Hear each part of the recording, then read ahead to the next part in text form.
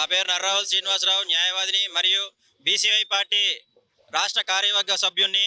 ఈరోజు BCY party నాయకులు, కార్యకర్తలు, రామచంద్ర యాదవ్ గారి అభిమానులు ఇక్కడికి రావడం గల ప్రధాన ఉద్దేశం, ఆంధ్ర రాష్ట్రంలో బీసీల సంఖ్య ఎంత అనేది రాష్ట్ర ప్రజలందరికీ తెలుసు.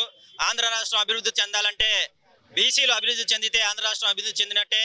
అలాగే యువతకు అవకాశాలు మెరుగ్గా వచ్చినప్పుడే ఆంధ్ర రాష్ట్రం భవిష్యత్తు మెరుగ్గా ఉంటుంది. దీనికి సంబంధించి గత నెల ఫిబ్రవరి 22న బీసీ సింహగర్జన అని చెప్పి రాష్ట్ర నడిబొడ్డులో ఏర్పాటు చేయడం జరిగింది.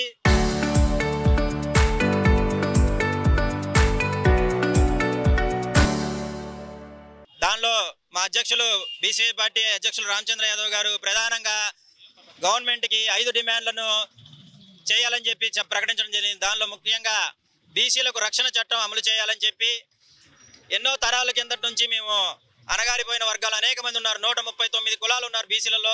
వాళ్ళని కూడా ఇంకా నీచంగా చూసే పరిస్థితి ఈ రోజుల్లో ఇంకా ఉందంటే దానికి బీసీ రక్షణ చట్టం అమలు లేకపోవడమే.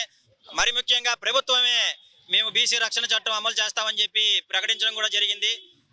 గెలిచి 2.5 సంవత్సరాలు అవుతున్నప్పటికీ ఇప్పటికీ బీసీ రక్షణ చట్టం గురించి ఎటువంటి అడుగు ముందుకు పడలేదు. కాబట్టి ఇమీడియట్గా బీసీ రక్షణ చట్టాన్ని అమలు చేయాలని చెప్పి అధ్యక్షులు డిమాండ్ చేయడం జరిగింది. దాంతోపాటు 1000 ఎకరాలు రాజధాని ప్రాంతంలో బీసీలకు కేటాయించమని చెప్పి కూడా అడగడం జరిగింది. ఎందుకంటే బీసీలకు ఎక్కడ కూడా స్థలాలు లేనటువంటి పరిస్థితి. ఇప్పుడు ఎక్కడైతే హైదరాబాద్లో చూస్తున్నామో ఎక్కడ కూడా మాకు సరైన ప్రాతిపదికం లేదు, ఇండస్ట్రీస్ పెట్టుకుంటా ఉంటే స్థలం లేదు. ఇప్పుడు రాజధాని ఏర్పడింది కాబట్టి మాకు సరైన అవకాశాలు కలగాలంటే మాకు భూములు ఉండాలి. కాబట్టి 1000 ఎకరాలు కేటాయిస్తే మేము కూడా పారిశ్రామికవేత్తలుగా, అలాగే ఇండస్ట్రీ పరంగా కానివ్వండి, హాస్పిటల్స్ కానివ్వండి, బీసీలు కూడా నెలకొల్పి భవిష్యత్తులో బాగుపడే దానికోసం 1000 ఎకరాలు కేటాయించమని చెప్పి డిమాండ్ చేయడం జరిగింది. అలాగే మేమెంతో మాకంత అనే నిదానంతో కులగణన కూడా సమగ్రంగా చేపట్టి ఎవరి కులాలు అయితే ఎంతమంది దామాషా ప్రకారంగా ఉన్నారో వాళ్ళకి అసెంబ్లీలో తగు ప్రాధాన్యం కల్పించాలి. వాళ్ళు ఎంతమైతే ఉన్నారో మేమెంత మాకంత నిదానంగా ఎమ్మెల్యే సీట్లు కేటాయించి వారి యొక్క నినాదాన్ని, వారి యొక్క గొంతుకును అసెంబ్లీలో వినిపించాలనేతో కులగణన చేయమని చెప్పడం జరిగింది.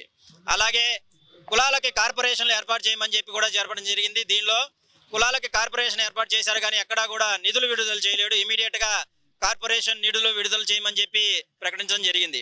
ముఖ్యంగా ఇటువంటి డిమాండ్లతో మేము రేపు ఏప్రిల్ 11వ తేదీ బోలే రామచంద్ర యాదవ్ గారు రాష్ట్ర నడిబొడ్డులో ఆమర నిరాహారదీక్షకు కూర్చోబడుతున్నారు.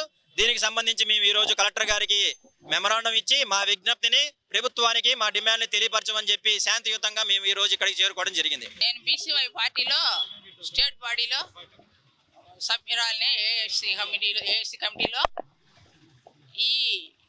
ఇది పెట్టింది. ఈరోజు మా అన్నగారు 5 డిమాండ్లు కోరుకున్నాడు. 5 డిమాండ్స్ 31లోగా మార్చి 31లోగా అయితే అయింది. కాకపోతే విజయవాడ ధర్నాకు కూర్చోబోతున్నాడు ఆయన. ఆమర దీక్షకి ఆయనకు మేమందరం సపోర్ట్గా ఈ 5 డిమాండ్లు నెరవేరకపోతే మేము ఆ చౌక ధర్నాలో మేము కూడా ప్రతి ఒక్కళ్ళమే పేరున రాష్ట్ర కమిటీలు మొత్తం, స్టేట్ కమిటీలు ఉన్న వాళ్ళంతా ఈ డిమాండ్లు మాకు చంద్రబాబు నాయుడు గారు చేశాడు, చేయకపోతే ఆయనతో పాటు మేము కూడా నిరాహార దీక్షకి సిద్ధమై ఉన్నాం. ఎన్నాళ్ళు చేసినా ఆమరణ దీక్ష అది వదిలితేనే మేము విడుదల అయింది.